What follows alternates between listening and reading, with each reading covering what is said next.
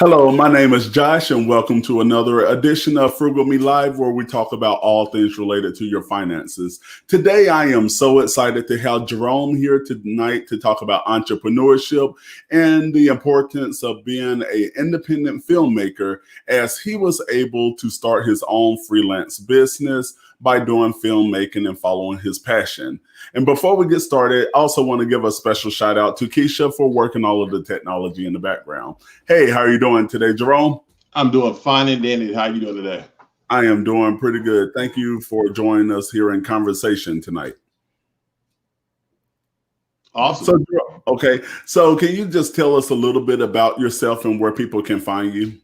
Well, my name is Jerome Fleming. I am a independent filmmaker.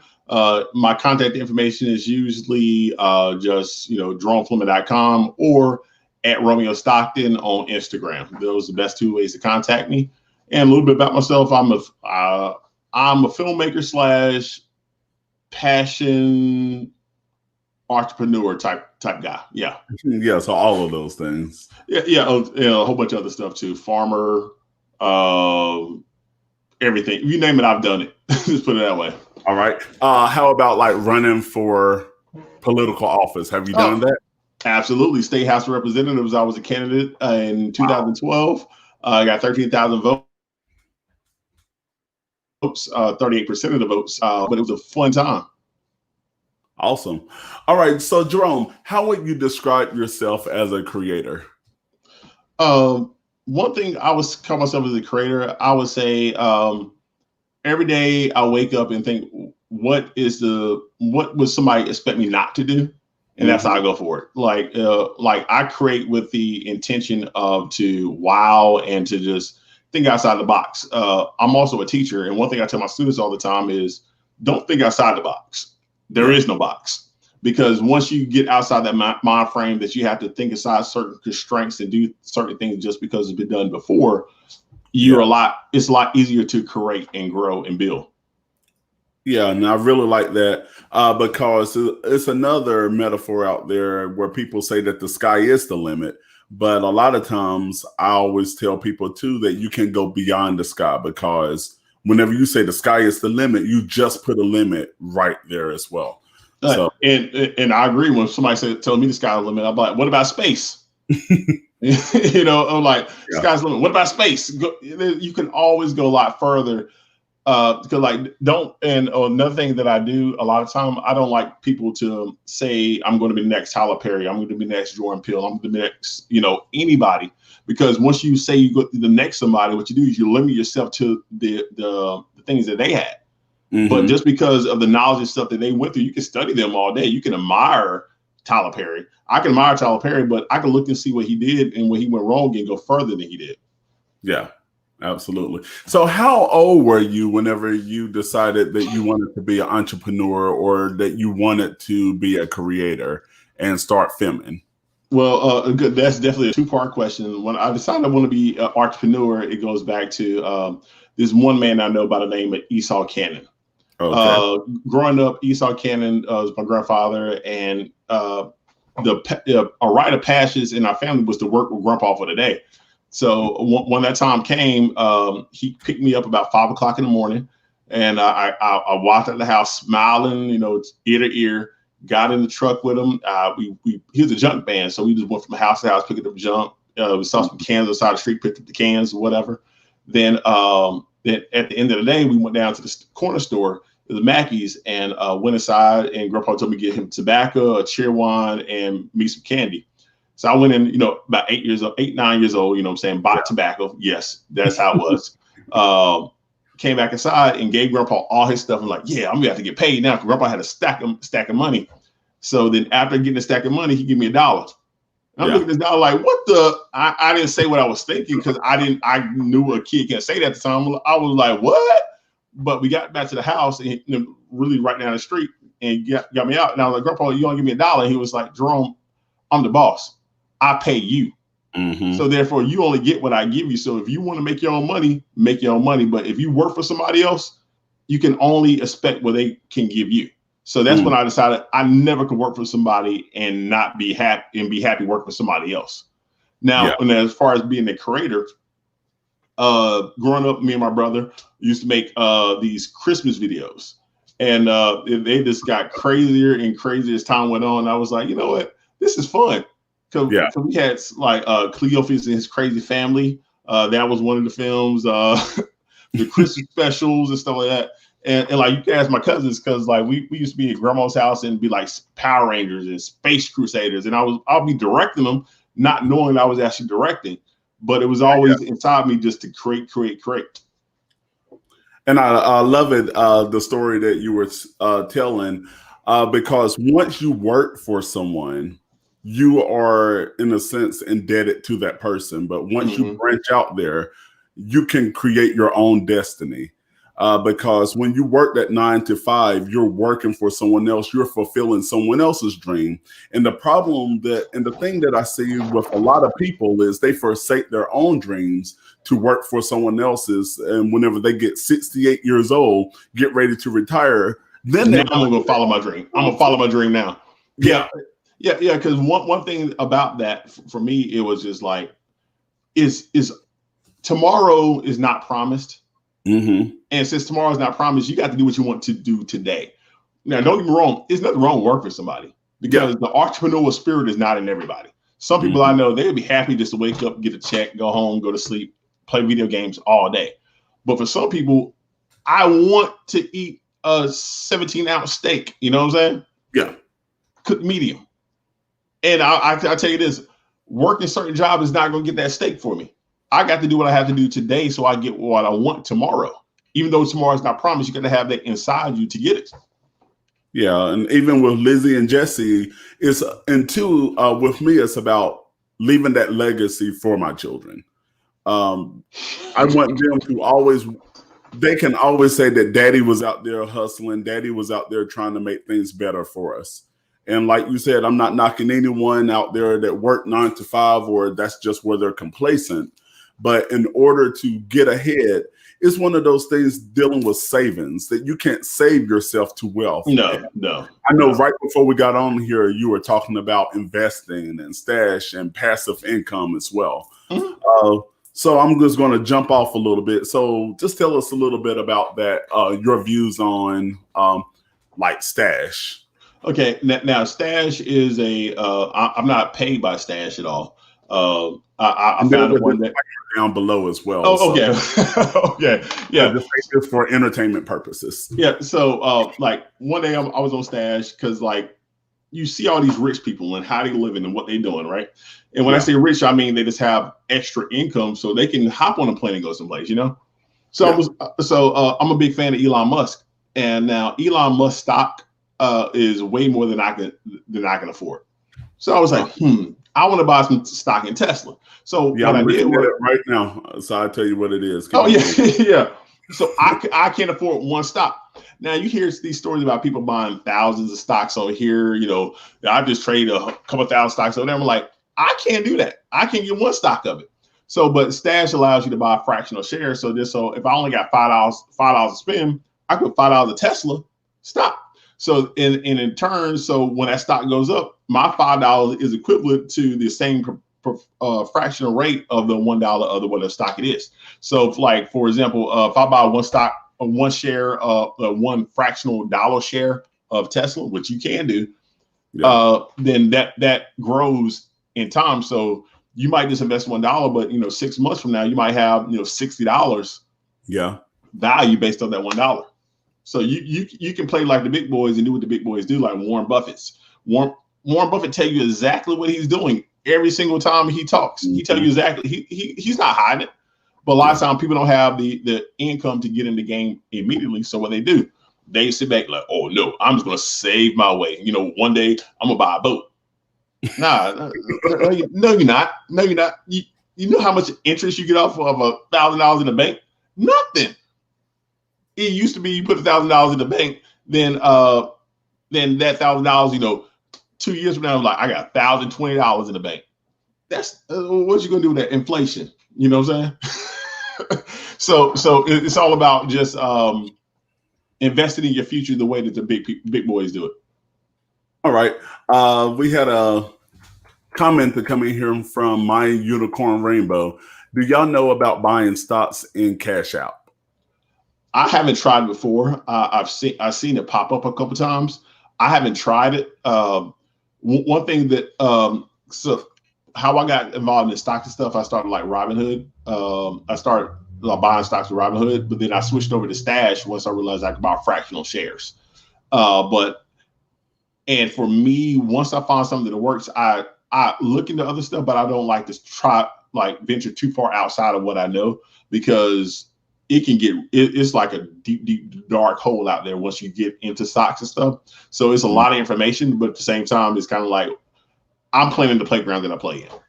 Okay. Yeah, I'm going to invite you back one day and we can talk about more about the fractional reserve and Stash and some of those apps out there, and just to get your take on it as well. So jumping back to the entrepreneurship, what is the cost that you had that's associated with starting an independent film brand? Well, film is one of those industries where you could be in it for 60 years and make, 6,000 films and make $10. Or it could be, you can make one film and make, $100 million the first time out. So it's a lot that goes into it. But in order to start it up, it really just you just need one thing. Well, no, two things: an idea and a camera. That's all you need. You don't have to go out there and buy, the best camera, because what's the point of having the best camera if you have a horrible story? Or, you're like, today coming to the movie theater near you, the story about a man and a dog. Nobody's gonna see that. So there used to be a movie out there. I believe it was like Blair Witch or something. It had everything, but it was just about people running in the woods for 2 hours. And I honestly can say I never saw the whole video. I went to the movies, and after it was the first 35 minutes, I was like, "Hey, I'm about to go get something to eat." So, and because I tell you this is one movie called Paranormal Activity. It was the worst movie I seen at that point. I was so mad. I was so mad that I saw it. I was upset. And my big brother, he called me a couple of days later. He was like, "I need you to babysit." So I was like, "All right, cool." So I made a film called Paranormal Activity. My nephews were in it. It's a story about a dead fish who haunts you. It was a horrible story, horrible. But at the same time, I created it using a camera that I had in the house, and my nephews were actors, So it's really just about you. The beauty about filmmaking is you just use what you have.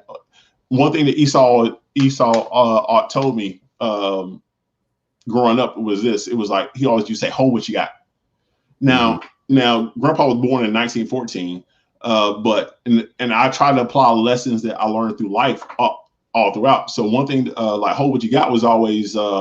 To me, I apply to use what you have in order to get what you want. If I want to be the best filmmaker of all time, I just have to use the camera that I have. And it's linked biblically also, be faithful over a few things, I'll make you Lord and Master over many. You know what I'm saying? Use the things you have in your grasp in order to grow. Because what's the point of going out there and buy a $60,000 camera, which they are out there, just to make a movie about a dog? It ain't gonna make no sense. Yeah, and one thing, even looking at different cameras out there, even now that you can even use your cell phone to get good quality footage as well. So, I mean, you know what phone I would not use? Use what you have. Yeah. What you said? You know what phone I would not use? Android. Whatever. Don't try me like that.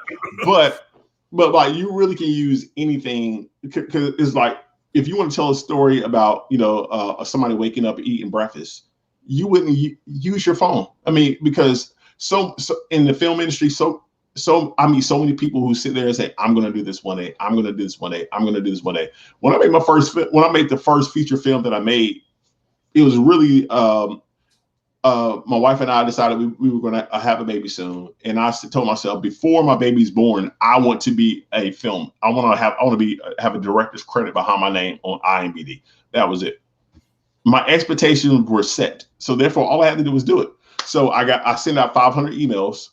I got 5 responses, and I got everybody in the room one day, and I was like, "Hey, we're making the movie," and we made the movie. And was it the greatest movie of all time? Yes, it was. But at the same time, I used what I had in order to get what I wanted, Yeah. Cool. So what is your process for creating? Well, my process for creating stems back to my childhood when I had chickenpox. I tried all day to draw Donald Duck. I was drawing Donald Duck, drawing Donald Duck. And as much as I tried, I could never get Donald Duck. And my big sister Sabeth came into the room, and she was like, you can, like, Jerome, this is not Donald Duck, but it's a pretty good similarity to Daffy Duck, you know? Yeah. So, and I use that as my process of creating, because you don't have to be perfect in your creation process. And so typically when I start with a story, I just start. And if it's dumb, I change some stuff. if it's really good, I add stuff to that. But my process of creation really started from just put something on paper, see what works, and build off that. Because if you try to start off with like, I'm going to make the best movie of all time about a guy and a girl who goes to Paris and they build a house and fall off the Eiffel Tower. No, I'm pretty sure that's going to be a dumb movie. I'm just going to be real with you. I wouldn't watch it. But if it's like, I'm going to make a movie that I can relate to, and I start writing, like, then I look at, I take a step back and look at it and like, you know what? Let me erase this. Let me add this right here. Oh, wow. I got a movie that's pretty good. Yeah. Got you. What is the most challenging part to starting a film business?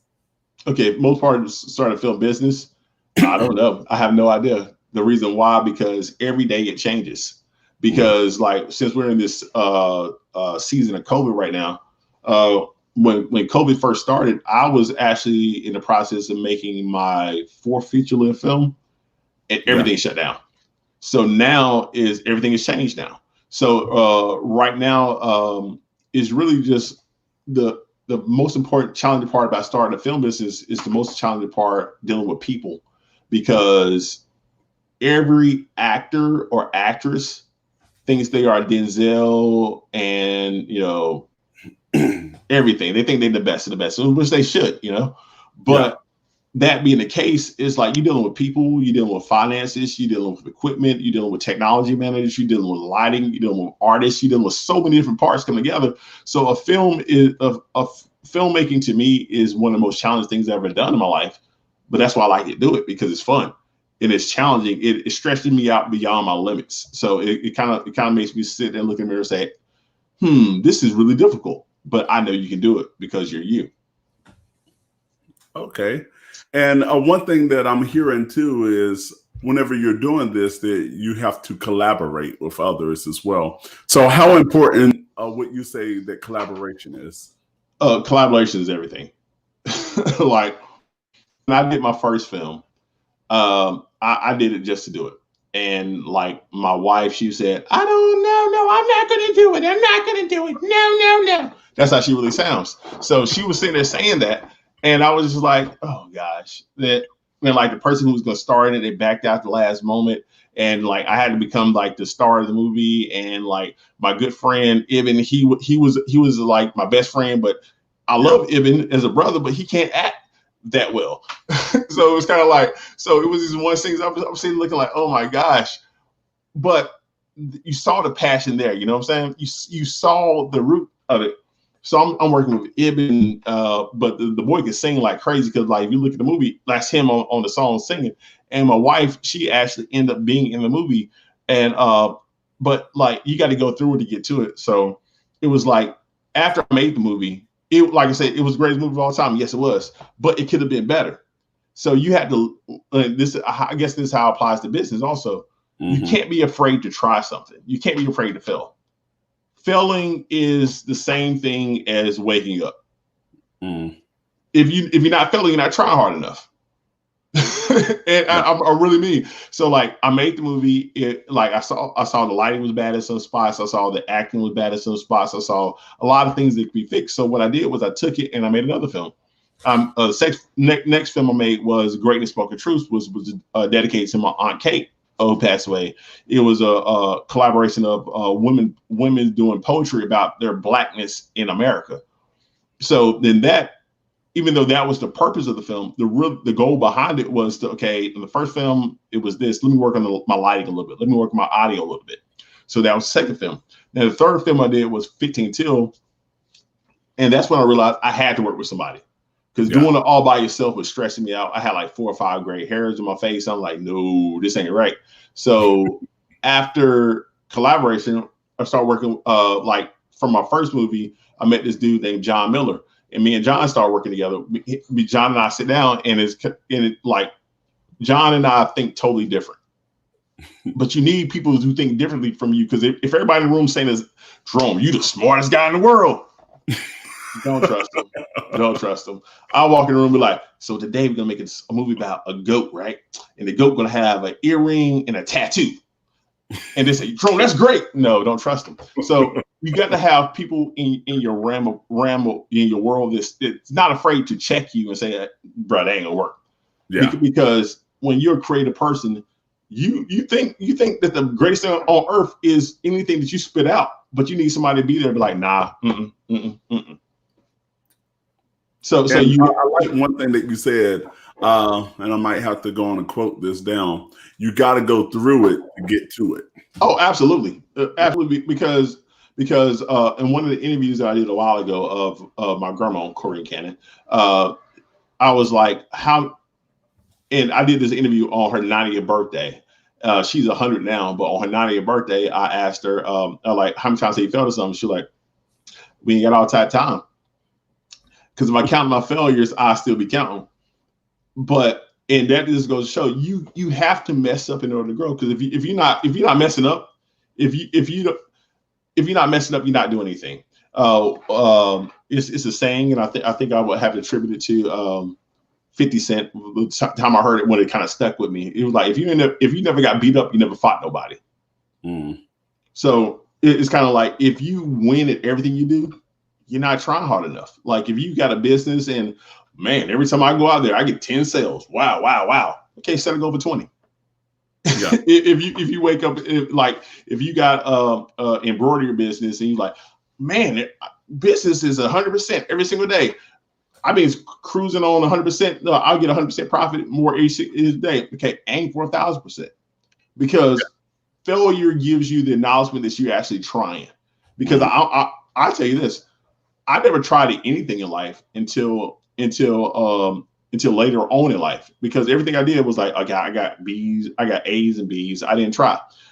Then every time I tried something, I never really failed at it, because I was naturally good at stuff. But it wasn't until like I ran for office and it was like, wow, I tried. Well, I didn't even truly try, but I ran for office and lost. And like, you know what? I could do this. This is easy. Then when I made the movie, I was like, yo. I started getting the bad comments. Your movie sucks. Oh my God, this is the worst acting ever. I was like, okay, but you watched it though. Because I remember one time I did this. I had a public access TV show called Certified by Jerome, and this teacher, because I was teaching at the time, and I made the TV show in order to teach my students computer science. But I was like, I want to make it fun, interactive, all this kind of stuff. And my mentor, she watched it, and she was like, Mr. Fleming, you're the worst teacher I've ever seen in my life. You're horrible. You're horrible. And she said, like, she was at arm range. I could punch in the face if I wanted to. She was like degrading my teaching skill. But what she said, she was like, that was the greatest TV I ever seen in my life. You're like a young Richard Pryor. I was like, wow, that's pretty nice. And this other lady, she was like, this was stupid. That was so stupid. I watched it for 30 minutes and I thought it was going to get funnier. And I just watched it the whole time. And I was like, but you watched it 30 minutes? Are you sure you educated? Because that's pretty nuts. Why would you watch something for 30 minutes? It's stupid. But she did. Awesome. So who or what inspires you? The things that inspire me now is my big kid daughter. Because when I look at her, like, she just like got this big head and big eyes and just looking at me like, oh my God, Dad. And she called me dumb. So it's kind of like just to see her smile is like an inspiration. My parents are inspiration, because no matter what I do or how crazy my ideas are, my parents are like, do it. They're like, just do it.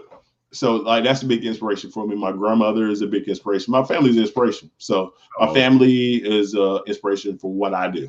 Oh, and your siblings as well? No. I got this one sibling. He's weird. He don't listen to nobody. Well, I got two brothers that don't listen at all. No, technically I have 4 sisters, but that's another conversation. Ouch.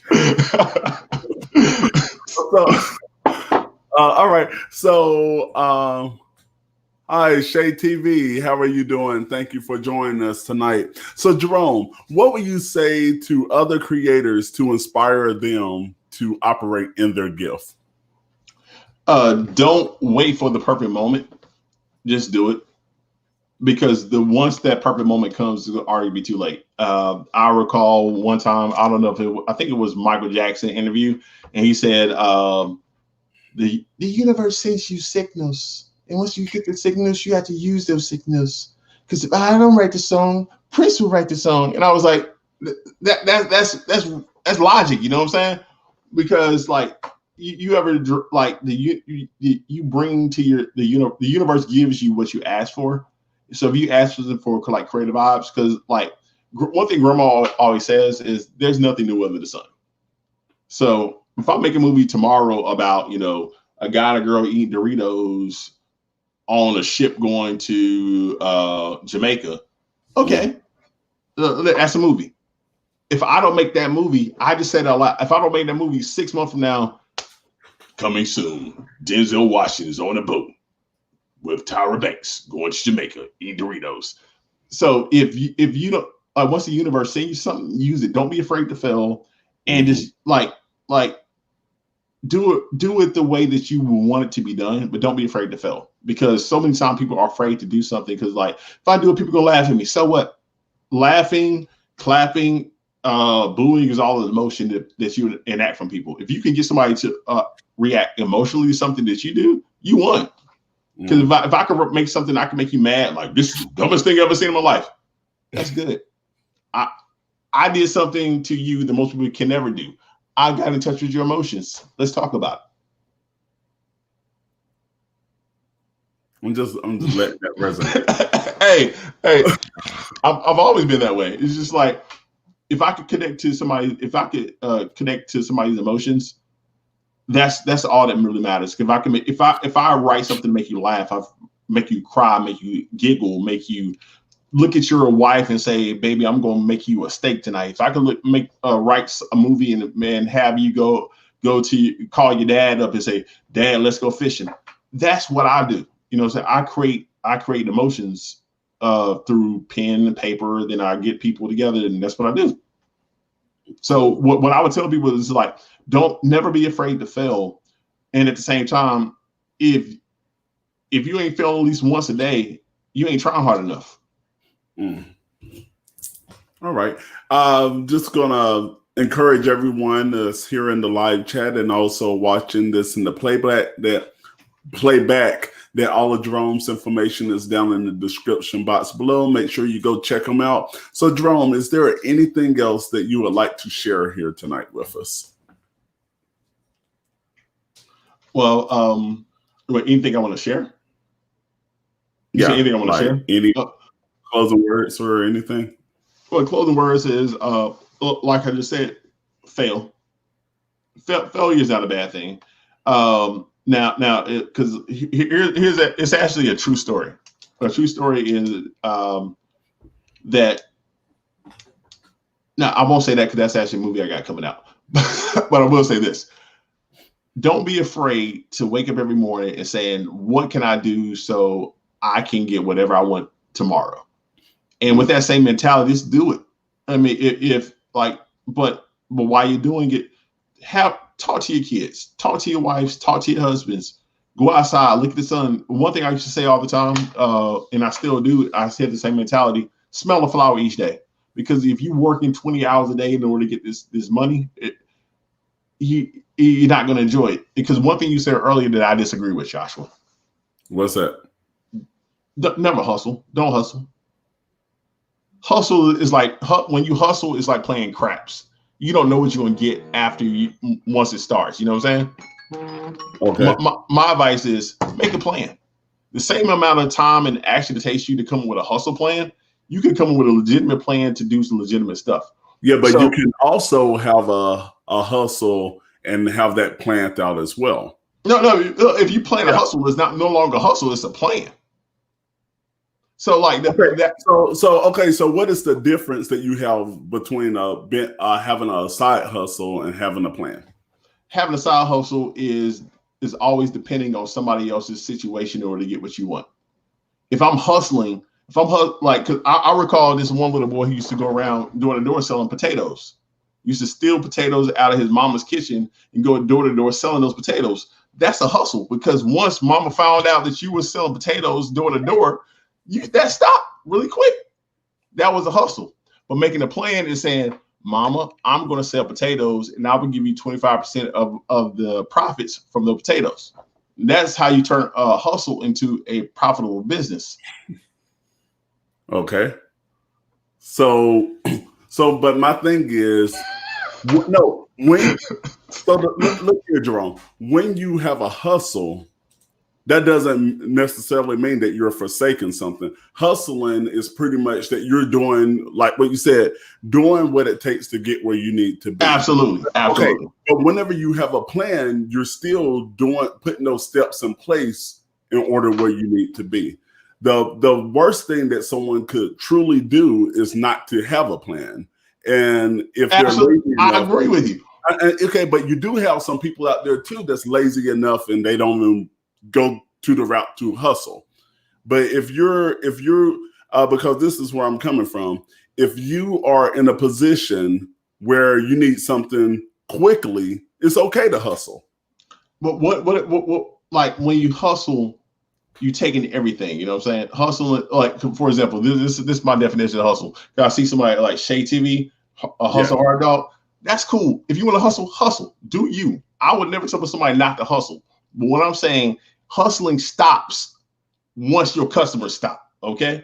So like if you selling CDs at the back of your truck, that's a hustle. You know what I'm saying? But once CDs turn into MP3s, what's your plan now? Because you had the hookup on CDs, now it stopped. Have a plan, and that hustle becomes a business. Okay. Well, we're just going to leave it right there for tonight. So thank you, because we're right at our time now, but thank you so much for coming out, sharing with us about entrepreneurship and also how you were able to start a independent film business as well. And I believe that you do have some stuff out there on Amazon as well. Yeah, I have my first. I have my first film, Game of Love, which is on Amazon right now. It's like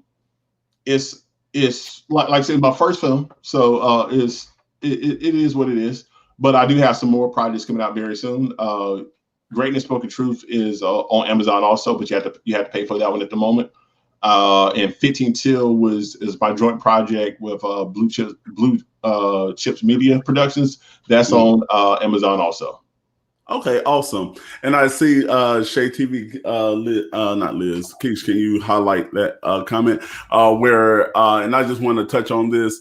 I love this debate, honorable clash. And one thing that I really like, Jerome, whenever you said that you don't always want to surround yourself with people who just are those yes men. Yeah, can you that's one thing here as well. I like to bring people on as well that have different views, viewpoints, and because that's the one way that we can grow. Because by listening to other ideas as well. So again, just want to thank you so much for coming out, and I really enjoyed our conversation tonight. Cool beans. All right, and everyone else, if you like ways to save, make money, and all things related to your finances, consider subscribing on the red subscribe button down below. And also check out Jerome, and all of his information will be left in the description box. And y'all have a great night.